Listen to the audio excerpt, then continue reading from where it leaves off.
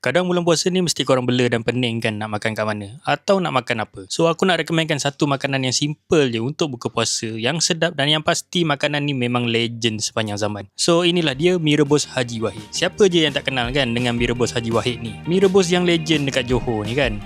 Yang nak berbuka makanan simple je boleh try mi rebus ni. Dah beroperasi lebih daripada 20 tahun dan masih bertahan. So memang tak diragui lagi lah kesedapan dia. Yang specialnya mi rebus ni, inilah dia. Didatangkan sekali dengan kriuk-kriuk yang rangup dan campuran kicap yang menambahkan lagi kesedapan mi rebus ni. Tengok pun boleh kecoh alio dengan kuah dia yang pekat. Ini yang special dia, tepung kriuk-kriuk yang rangup perah pula dengan limau.